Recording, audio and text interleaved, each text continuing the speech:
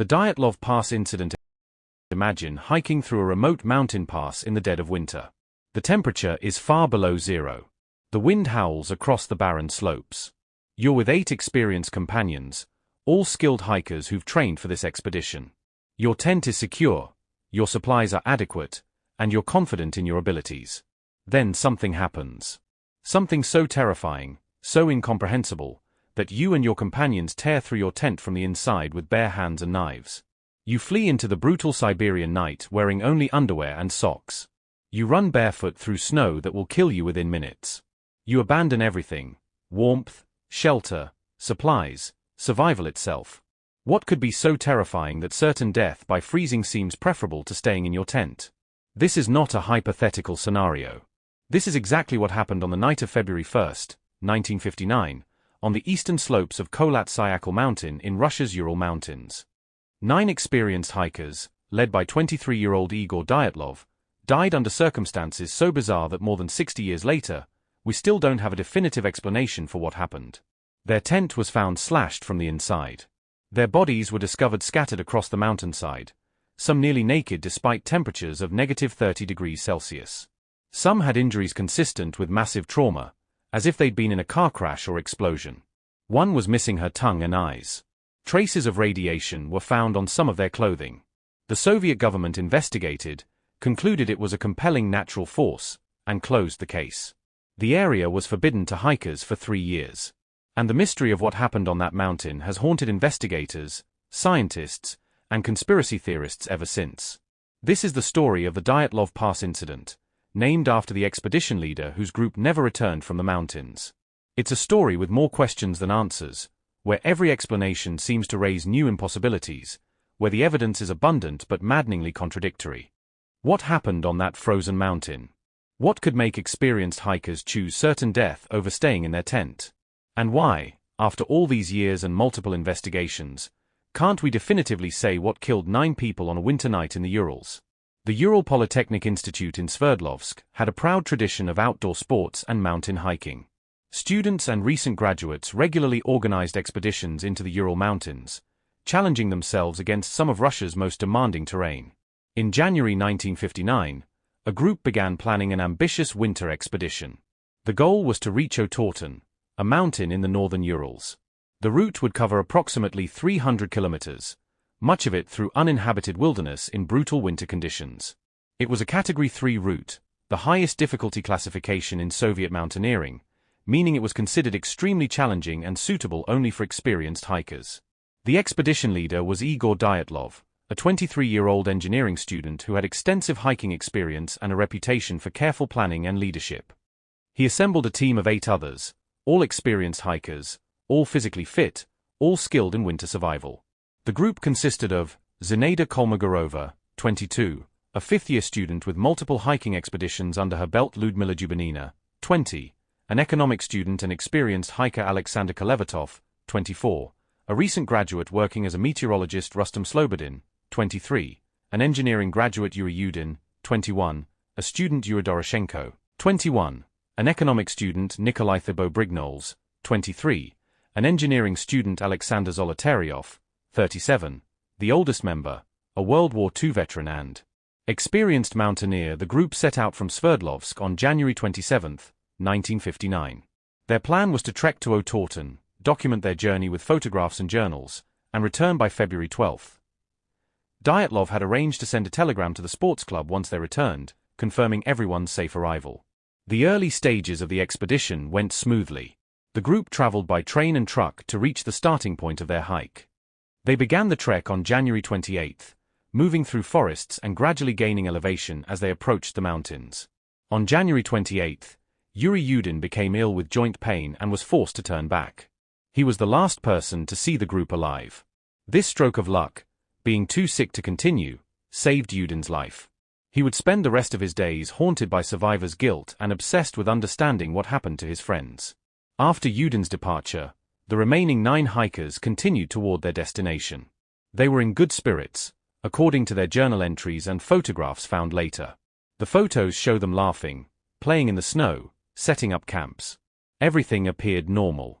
By January 31, They had left the forest zone and were approaching the higher elevations. They cached some supplies, planning to pick them up on their return journey. This was standard practice for such expeditions, lightening their load for the most challenging parts of the route. On February 1st, the group began ascending the slopes of Kholat Syakhl. The name, in the Monsi language of the indigenous people of the region, translates to Dead Mountain or Mountain of the Dead. The Monsi traditionally avoided this area, considering it a place of bad spirits. Whether the hikers knew this is unclear, but they chose to make camp on the mountain's eastern slope that evening. This was a deviation from their planned route. Dyatlov's journal indicates they had intended to cross the pass and camp on the other side, in a more sheltered location. But weather conditions had deteriorated, visibility was poor, and they apparently decided to set up camp where they were, planning to continue in the morning. It was a reasonable decision based on the circumstances. They were experienced enough to know that continuing in poor visibility could be dangerous. The slope they chose wasn't ideal for camping, being exposed to wind, but it would suffice for one night. They set up their tent, secured it as best they could against the wind, and settled in for the evening. What happened next has been pieced together from the physical evidence found later, because no one survived to tell the story. But based on the state of the tent, the positions of the bodies, and the scattered evidence across the mountainside, investigators have reconstructed a timeline of horror. Sometime in the late evening or early morning hours, something happened that made 9 experienced hikers do the unthinkable. They cut their tent open from the inside. Not opening the entrance, which would have been the obvious thing to do, but slashing through the canvas with knives and bare hands, creating openings they could escape through. They fled into the Siberian night. The temperature was approximately negative 25 to 30 degrees Celsius, with strong winds that would have made it feel even colder. Most of them were wearing only underwear, some had a single shoe or sock, some were completely barefoot. They moved downhill, away from the tent, in what appears to have been a controlled evacuation. Their footprints showed they walked, not ran, in a relatively organized manner. 8 or 9 sets of footprints leading away from the tent, heading toward the tree line about 1.5 kilometers down the slope. What could make experienced hikers, people who understood better than most what the cold would do to them, abandon their shelter and walk to their deaths? What terror in that tent was worse than the certain death waiting outside? The answers to those questions died with them on the mountain. But the evidence they left behind has fueled decades of investigation, speculation, and debate. When the Dyatlov group failed to send their telegram by February 12 as planned, there was no immediate alarm. Delays were common in mountain expeditions. Weather, minor injuries, or simply deciding to extend the trip could all cause delays. But as days passed with no word, concern grew. Families began making inquiries. The Ural Polytechnic Institute Sports Club started to worry. By February 20th, it was clear something was seriously wrong. Search parties were organized. Volunteers from the institute, experienced hikers who knew the terrain, and eventually military personnel were deployed. Helicopters and planes conducted aerial searches. Given the size of the search area and the harsh winter conditions, finding the group was going to be challenging even under the best circumstances. On February 26, 1959, searchers found the abandoned tent on the slope of Kholat Syakhl. What they discovered immediately told them something terrible had happened. The tent had been cut or torn open from the inside. The slashes were large enough for a person to exit through. Inside the tent, everything was in relative order. The hikers' belongings were arranged as if they'd been settling in for the night. Boots, extra clothing, supplies, all were left behind. Most significantly, the tent still contained items essential for survival: warm clothing, matches, flashlights. Outside the tent, the searchers found footprints. 8 or 9 sets, moving downhill toward the forest. Most of the prints appeared to be from bare feet or feet in only socks. The print suggested a walking pace, orderly, not panicked running. This detail was particularly strange. Why would people fleeing something walk calmly to their deaths? Following the footprints downslope, searchers made their way toward the forest. About 1.5 kilometers from the tent, at the edge of the tree line, they found the remains of a small fire. And near the fire, they found the first bodies. Yuri Doroshenko and Yuri Krivonishenko were found under a cedar tree, near the burnt-out fire. Both were dressed only in underwear. They had died from hypothermia. But there were strange details. The cedar tree had broken branches up to 5 meters high, suggesting someone had climbed it, breaking branches as they went. Why climb a tree in the dark, in freezing temperatures, wearing only underwear. Between the cedar tree and the tent, search parties found 3 more bodies over the next few days. Igor Dyatlov, Zinaida Kolmogorova, and Rustam Slobodin were found at intervals along the route back toward the tent. They appeared to have been trying to return to the tent but had succumbed to hypothermia before reaching it. All 3 were better dressed than the 2 Yuris, wearing some clothing though not enough to survive the extreme cold. The positions of their bodies suggested they had fallen and been unable to get up, gradually freezing to death. 5 bodies found, 4 still missing. The search intensified, but weeks passed without finding the remaining hikers. As snow continued to fall and weather conditions remained brutal, hopes of finding the others alive had long since disappeared. It wasn't until May, when the snow began to melt, that the final 4 bodies were discovered. And this is where the Dyatlov Pass incident transitions from a tragic story of hikers dying from hypothermia to something far more mysterious and disturbing. The bodies of Lyudmila Dubinina, Alexander Kolevatov, Nikolai Thibault-Brignoles, and Alexander Zolotaryov were found in a ravine about 75 meters from the cedar tree. They were buried under 4 meters of snow. They were better dressed than the others, wearing clothes that had apparently been taken from those who died first. But unlike the first 5 victims who died from hypothermia, these 4 had severe injuries. Lyudmila Dubinina had major chest fractures, was missing her tongue, eyes, part of her lips, and facial tissue. She had also sustained hemorrhaging in the heart area. Nikolai Thibault-Brignoles had severe skull damage. His skull was fractured so badly that it had deformed. Alexander Zolotaryov had major chest fractures with multiple broken ribs. The medical examiner's report stated that the force required to cause these injuries was comparable to a severe car crash. The chest fractures were particularly puzzling because there was no soft tissue damage. The ribs were broken, but the skin was unbroken. How does that happen? Additionally, some of the clothing from these 4 bodies showed traces of radiation, higher than normal background levels. Not dangerous amounts, but elevated. Why? The autopsy reports raised more questions than they answered. The medical examiner ruled that the deaths were caused by compelling natural force but couldn't specify what that force was. The injuries didn't match any known natural phenomenon or animal attack. The Soviet investigation into the Dyatlov Pass incident was extensive but ultimately inconclusive. The lead investigator, Lev Ivonov, conducted interviews, examined the evidence, and consulted with experts. But in the end, he was forced to close the case without a definitive explanation. The official conclusion was vague. The hikers had died due to compelling natural force. The case was closed in May 1959. The area was closed to amateur hikers and expeditions for 3 years. The files were sent to a secret archive. This official response, combined with the bizarre circumstances of the deaths, fueled speculation and conspiracy theories that continue to this day. Let's examine the major theories that have been proposed. Theory 1. Avalanche. The most straightforward explanation is that an avalanche struck the tent, forcing the hikers to cut their way out and flee. The trauma injuries on some bodies could be explained by being caught in the avalanche. Supporting evidence: the tent was partially collapsed and covered with snow when found. The location was on a slope where avalanches are possible. The chest and skull fractures match injuries from being crushed by snow.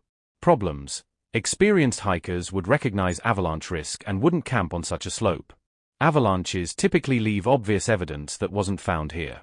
The footprints leading away from the tent showed orderly walking, not the chaos of avalanche survivors. An avalanche wouldn't explain the missing tongue, the radiation, or why they didn't return to the tent once they reached safety. Theory 2. Paradoxical undressing. This theory suggests the hikers died from hypothermia and that their strange behavior can be explained by a phenomenon called paradoxical undressing. In the final stages of hypothermia, victims sometimes feel intensely hot and remove their clothing, a counterintuitive response to freezing to death.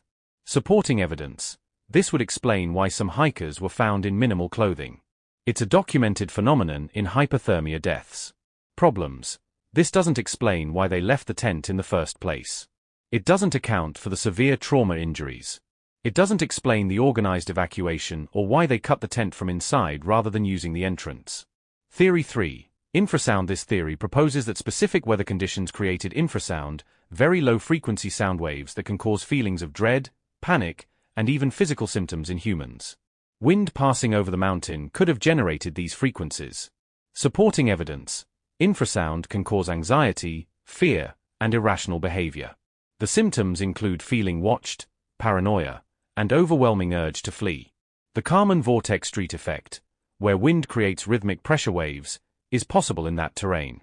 Problems. While infrasound can cause discomfort, there's limited evidence it could cause this level of panic. It doesn't explain the physical injuries. Why would all 9 people react identically? Why didn't they recover once they were away from the tent? Theory 4. Military testing. Some theories suggest the hikers encountered a military test, possibly of parachute mines, rockets, or other weapons. The Soviet military did conduct tests in the general region. Supporting evidence. Lev Ivanov, the investigator, later claimed he saw orange spheres in the sky around the time of the incident and suspected military involvement but was ordered to close the investigation. The radiation traces on clothing could be explained by proximity to military materials. The severe injuries match those from an explosion or blast. Problems. No direct evidence of military activity at that specific location on that specific night. The military would likely have recovered bodies if they'd accidentally killed civilians. The organized evacuation doesn't match fleeing from an explosion. Theory 5. Criminal attack. Perhaps the hikers encountered other people, criminals, escaped prisoners, or hostile locals, who attacked them or forced them from their tent. Supporting evidence. This would explain why they fled the tent so abruptly. It could explain some of the injuries from violence. Problems. The area was extremely remote with no evidence of other people. Why would attackers leave valuable supplies in the tent? The injuries don't quite match typical assault patterns. No evidence of a struggle in or around the tent. Theory 6. Yeti or unknown animal. Some theories, particularly early on, suggested the hikers encountered an unknown creature, possibly the legendary Yeti.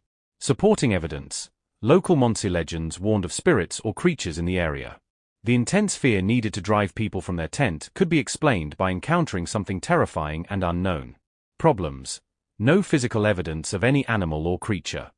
The injuries don't match animal attack patterns. Why would a creature not pursue them? No tracks other than human ones were found. Theory 7. Combination of factors. Modern investigations have suggested that no single explanation might cover all the evidence. Perhaps a combination of events occurred. A small snowslide damaged the tent, causing panic and evacuation. Hypothermia set in, causing irrational behavior. Some fell or were injured. The situation spiraled from bad to worse. This is currently among the more accepted theories, as it explains various pieces of evidence without requiring a single catastrophic event. In 2019, the Russian government reopened the investigation, partly due to continued public interest and partly due to advances in forensic science and avalanche research. In 2020 and 2021, researchers used modern computer simulations and avalanche science to argue that a specific type of delayed slab avalanche could explain the tent damage and some injuries. But even this modern investigation, with all its sophisticated technology, couldn't explain everything. The missing tongue remained unexplained. The radiation traces remained puzzling. The specific pattern of behavior, cutting the tent from inside, walking calmly to certain death, still seemed to defy complete rational explanation. More than 60 years after that February night in 1959, the Dyatlov Pass incident continues to fascinate and horrify people around the world. Books have been written, documentaries produced, movies made. The case has become a cultural touchstone for unsolved mysteries, often mentioned alongside other famous enigmas. But beyond the speculation and theories, beyond the conspiracy theories and dramatic retellings, there are fundamental questions that remain unanswered. What made them leave the tent? This is the central mystery. Everything else flows from this decision. 9 experienced hikers, people who understood the mountains and the cold, people who knew that leaving their shelter meant death, chose to exit their tent through slashes cut from the inside and walk away into the lethal Siberian night. What could create that level of fear or urgency? What threat seemed worse than certain death by freezing? The fact that they walked calmly, in an organized manner, suggests this wasn't blind panic. It was a deliberate decision, made collectively, to abandon safety and face the cold. Did they see something? Hear something? Smell something? Feel something? We'll never know, because that moment, whatever it was, died with them on the mountain. What caused the severe injuries? The trauma injuries on 4 of the victims, skull fractures, chest fractures with multiple broken ribs, injuries comparable to a car crash, demand explanation. These weren't simple falls. These weren't the results of hypothermia. Something subjected these people to massive blunt force trauma. An avalanche? A fall from height? An explosion? Each explanation has problems. The injuries are severe enough that whatever caused them should have left other evidence, but none was found. Why was Ludmila Dubinina missing her tongue, eyes, and facial tissue? The medical examiner suggested these injuries might be post-mortem, possibly from decomposition or scavenging animals. But the specificity is unusual. Why just these tissues? The body was found face down in running water from the melting snow, which might explain some tissue loss. But the complete absence of these specific parts has fueled the more sinister theories about the case. What explains the radiation traces? The elevated radiation on some clothing items has never been satisfactorily explained. The levels weren't dangerous, but they were higher than normal background radiation. Where did it come from? Some have suggested the hiker's previous work or Alexander Zolotaryov's possible involvement in nuclear materials handling. Others point to military testing. Some dismiss it as contamination from the testing process or natural variation. But it remains an unexplained detail in an already inexplicable case. Could modern science solve the mystery? Today's forensic capabilities far exceed what was available in 1959. Modern autopsy techniques, toxicology tests, DNA analysis, computer modeling of avalanche patterns, better understanding of hypothermia and its psychological effects, all of these might shed new light on the evidence. But many of the original materials are degraded or lost. The bodies have been buried for decades. The crime scene, if we can call it that, has been exposed to 60 years of weather and change. The investigation files from 1959 are incomplete, and some were likely deliberately withheld or destroyed. We're trying to solve a mystery with evidence that's been aging and degrading for more than half a century. New theories can be proposed, but definitively proving them is another matter entirely. The human cost in all the speculation and theorizing, it's important to remember that 9 real people died on that mountain. They were young, full of life, passionate about the outdoors. They had families who loved them, futures they were looking forward to, dreams they never got to fulfill. Igor Dyatlov was planning his future as an engineer. Zinaida Kolmogorova had a boyfriend waiting for her return. Ludmila Dubinina wrote in her journal about how beautiful the mountains were. These were people, not just names in a mystery. Their families spent decades without closure, without understanding. Yuri Yudin, the lone survivor who'd left the expedition due to illness, spent his life haunted by survivor's guilt and obsessed with understanding what happened to his friends. He participated in investigations, gave countless interviews, visited the pass multiple times. He died in 2013, still without definitive answers. The families deserve to know what happened. But 60 years on, that seems increasingly unlikely. The truth died on that mountain with the 9 hikers, and all we have are fragments, clues that lead to more questions, evidence that refuses to tell a coherent story. Conclusion: the Dyatlov Pass incident stands as one of the most compelling unsolved mysteries of the modern era. It has everything: experienced people making inexplicable decisions, bizarre physical evidence, official government investigations that conclude with vague non-answers, conspiracy theories, and an atmospheric setting that enhances the sense of the unknown and unknowable. Perhaps one day, new evidence will emerge. Perhaps someone will propose a theory that finally explains all the contradictions, all the strange details, all the inexplicable behavior. Perhaps advances in science will allow us to extract information from the existing evidence that wasn't possible before. Or perhaps the Dyatlov Pass incident will remain forever mysterious, a reminder that some questions don't have answers, some events defy explanation, and some stories end without resolution.